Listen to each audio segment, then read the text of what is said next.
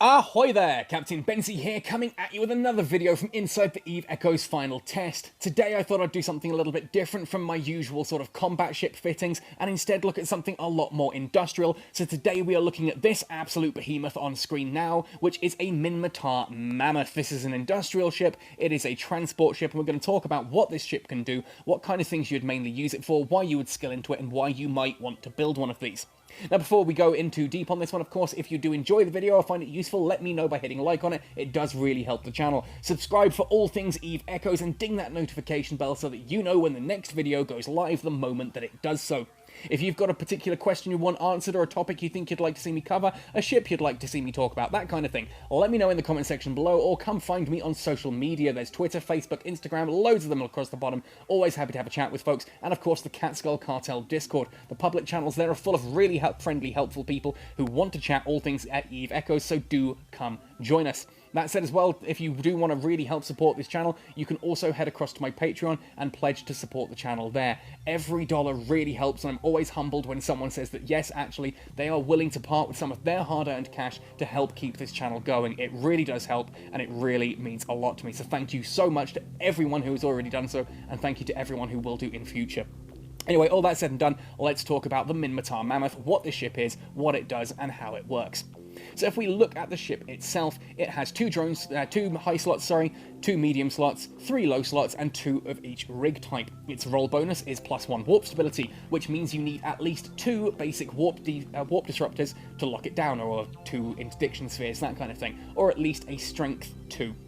For those of you who don't know, when it comes down to it with warp stability, do watch the E-War video as I explain this more in depth there, but essentially every ship has a warp stability of 0 to start with. Warp disruptors and interdiction spheres reduce that by 1 or 2 depending on their strength, and if your ship goes into minus numbers, you can no longer warp, you can no longer activate micro warp drives, you are now stuck in place and just forced to move. It's a great way to lock people down if you want to blow them up.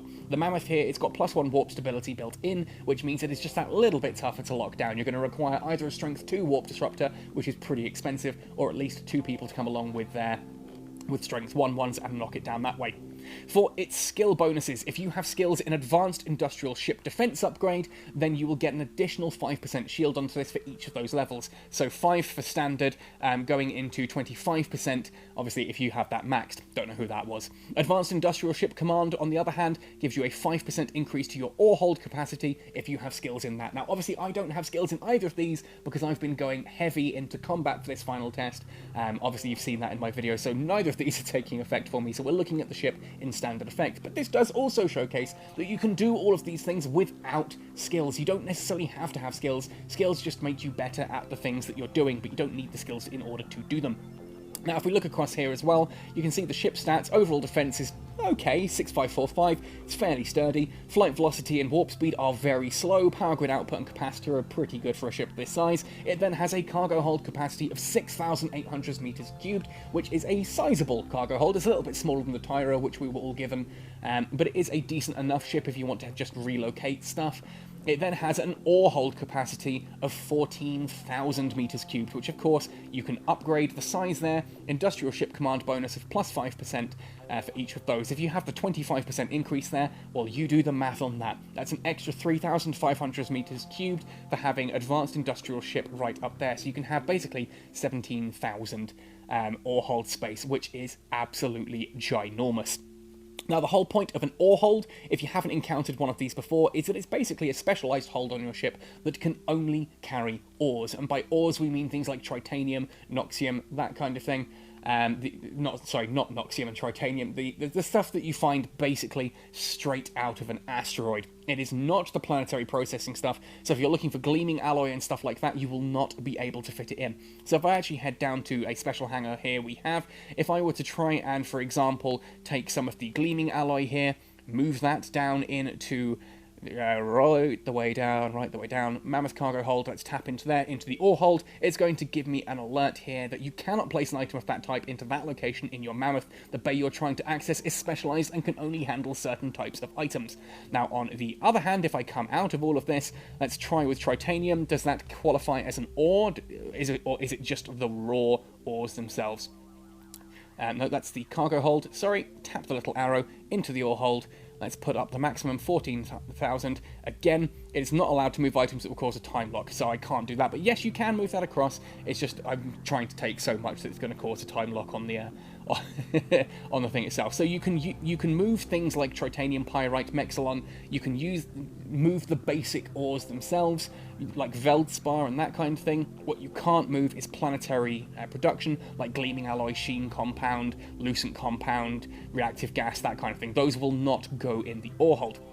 Now, if we come out of this and have a look at how I'm fitting this out, ultimately high slots, there is no need to put anything really into the high slots. Ultimately, I suppose you could put in some basic weapons to try and fight off anyone who gets too close, but it's pointless. You've got no bonuses or no effects there. If you get locked down, you either need to escape or be rescued, basically. Shooting is not really going to be an option. Same with the mid slots. There's no real point putting something like a stasis web of fire in there, or like, an energy Nosferatu or something like that. There's just not much in the way of point. However, that said, of course, if we look at the ship itself, you can see that by looking at its shield and armor hit points, this is very much a shield tank. Ergo, I have put in 2 Mark V medium shield extenders, which, if I do come under attack, I can whack both of those on to boost my shield up a massive amount and just keep that off my main shield. And then I've got a shield booster that can repair any damage that is actually done to my shields. And that's all I'm going to do. I'm going to sit there and wait for someone to come and rescue me, because that's the point. And it's a decent-sized defense here, 10,034. That's a sizable amount of shield armor and hull to tank through. It's going to take a long time to chew through all of that. As for rigs, well, if you're going into the rigs and you've got the money to do that in things like the final test or once you're in live, you're going to want things like the warp core stabilizer rigs, things that, again, stop you being locked down, possibly ones that increase your cargo hold, though do be aware that those also slow down your ship's movements. Anyway, that said and done, it is time for us now to talk about the skills that would benefit a ship like this. Now, of course, it is an industrial ship, so when we load into the skill tree here, it is the industrial ships that are going to give the benefits. So if we scroll right the way down past all of these, you've got Industrial Ship Command here, which gives you that additional velocity and reduction to your inertia modifier, which just means you're that little bit faster and a little bit more nimble to move, to align, and all that kind of thing. And of course, the Advanced Industrial Ship Command has bonuses for this particular Mammoth. Of course, across it as well, what was the other skill that gives a bonus to the Mammoth? Not skills, I need to go into fitting. There we are. Industrial Ship Defense Upgrade was the other one there, which is, of course, under Maintenance Technology and Defense Upgrades. Well, that's down here, below Battlecruiser. Below Battleship, Industrial Ship Defense Upgrade, it gives you 500 extra shields, 500 extra armor, and 500 extra hold at basic level. That's an additional 1,500 EHP. Once you go into the advance, it then becomes percentages, which become huge upgrades. Again, you saw that I had, 10,000 on the ship itself? By the time you've got all those 25%, that's now taking up to 12,500, plus obviously the stuff that you got from Industrial Ship Defense Upgrade as well. It is a shield tank, so shield operation can be beneficial, but ultimately, chances are, if you're using these kind of ships, you're just going to go for those ship commands, and it's things like the industrial technology and that you're going to be getting your skills up in here anyway. So I imagine if you're the kind of person who's going out there and picking up all the ores, you're also the kind of guy who's going to be doing all the reprocessing and turning those from ores into actual minerals, that kind of thing there. So you're probably going to be wanting to skill more into this side of things. Not so much the reverse engineering, of course, but mainly into the industrial technology, things like mining or resource processing, or indeed production. You might be a guy who goes out there with your Mammoth, picks up all the ores, reprocesses them, and then starts turning them into frigates, and those are therefore the skills you're going to use there. Alright, that said and done, time now to undock and showcase this bad boy in action. So I've undocked, and I have fleeted up with Ted Baker, who is one of the Catskill Cartel guys doing some mining out here at the moment. I'm going to jump across to him, and I'm going to collect some of his ores. So the way I do that is, having grouped up with him, we're going to go into Fleet, I'm going to tap onto his name, and I am going to warp to. That will now take me to whichever belt and whichever mining system he is now in, and I wish I could stop doing that. Anyway, we're going to jump across now to see Ted, and you can see how slow and ponderous that alignment is. It then takes a while to get up to speed to warp. I can now warp through, but even then, a warp speed of only 3 astronomical units does make for a very slow warp. Ultimately, though, we're arriving now at the asteroid belt that he's in, and Ted has agreed that he will jettison some stuff to showcase what you would ultimately do in this kind of situation. What we would look at is essentially a situation where you've got a load of retrievers, or like here, Ted is obviously in one of his ventures, where they would be doing their mining. They're going to be grabbing all of their ores, harvesting as many ores as they can from those different asteroids. What I'm going to do now is I'm going to approach Ted at a distance of about 5 kilometers. There we go. Move in nice and close. Now again, a micro warp drive or an afterburner can speed this up, but ultimately I prefer to have the additional protection of the shield boosters and the shield extenders there. I'm going to move up close to Ted now and wait for him to jettison. So I'm going to very politely ask now for him to jettison his ores. So here we go. Jettison your ores, please. With a nice salute, because I'm super friendly and polite like that. So now if I keep on here nice and close, we should see it appear if and when he jettisons, but at the same token, what I will do is I can open up the overview, I can go to all, and it should appear nearby here, and I think it does actually appear under loot as well, so let's have a look, and we'll keep it under loot. There. So at this point in time, Ted will be going through his ores, jettisoning a whole load of those, ready for me to pick up. Now, the reason I'm doing this, ultimately, is, as I said, if you have a massive operation of a load of retrievers and a load of, ventures sitting in a belt just mining away, rather than them keep filling up their ore hold, then disappearing back to station to drop it all off, then coming back out and going back in again, back forward, it becomes such an absolute mission to do that you have someone in a Mammoth who ultimately here, you see, there we are, Ted Baker's cargo container. I will now grab that Veldspar, I will take that from him, I will head back to the station, and I will then dock and warp.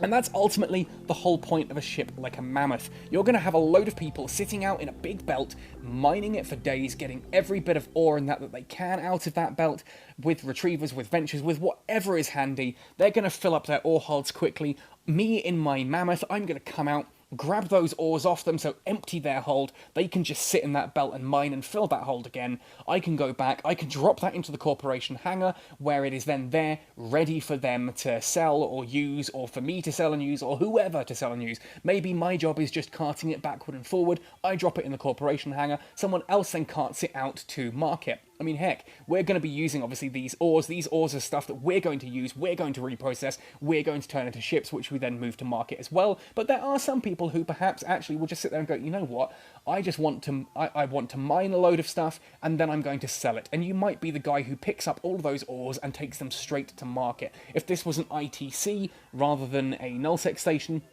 I could drop this off here and immediately sell it on the market for profit, if that was what my operation was. And the wonderful thing about EVE Online and EVE Echoes is that the operation is exactly what you want it to be. If that's what you want to do, 100% you can do that, and you can make that into a lucrative business.